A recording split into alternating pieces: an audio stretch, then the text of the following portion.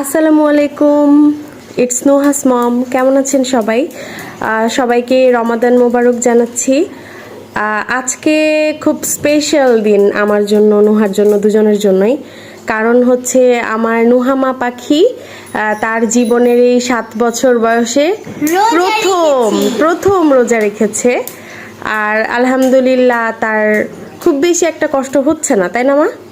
খুব বেশি কি কষ্ট হচ্ছে? আচ্ছা, খেতে বেশি ইচ্ছে করে না, ফাইন। কিন্তু রোজা যে রেখেছো, তোমার কি খুব বেশি খারাপ লাগছে? উইক লাগছে কি? ক্ষুধা লেগেছে? পানি খেতে ইচ্ছে করছে, তো পানিটাও খেতে পারছি না।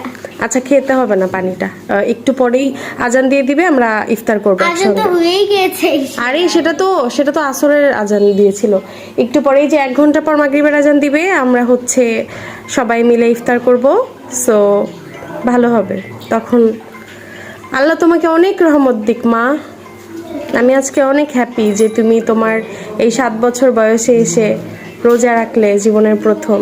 সো আল্লাহ তোমাকে অনেক রহমত দিক, তোমার ওপর আল্লাহ অনেক সন্তুষ্ট হবেন ইনশাআল্লাহ। সো সবাই আমার মা পাখিটার জন্য দোয়া করবেন।